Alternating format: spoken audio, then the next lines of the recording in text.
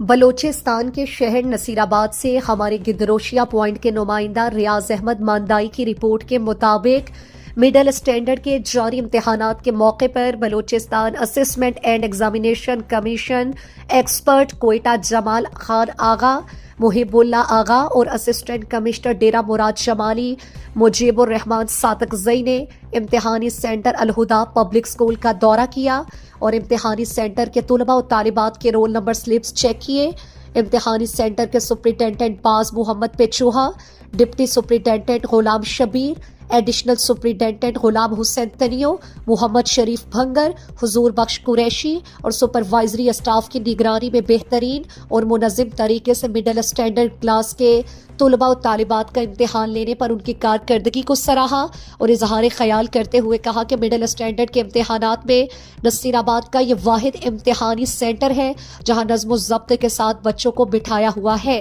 اور نقل پر سخت رویہ اختیار کر کے امتحان لیا جا رہا ہے، جس کا مقصد ہی یہی ہے کہ بچوں کے ذہنوں سے نقل کا خاتمہ کرنا ہے تاکہ آئندہ وہ اچھی طرح محنت کر کے اپنے امتحانات کی تیاری کریں اور اپنے ہی بل بوتے پر امتحان پاس کر سکیں۔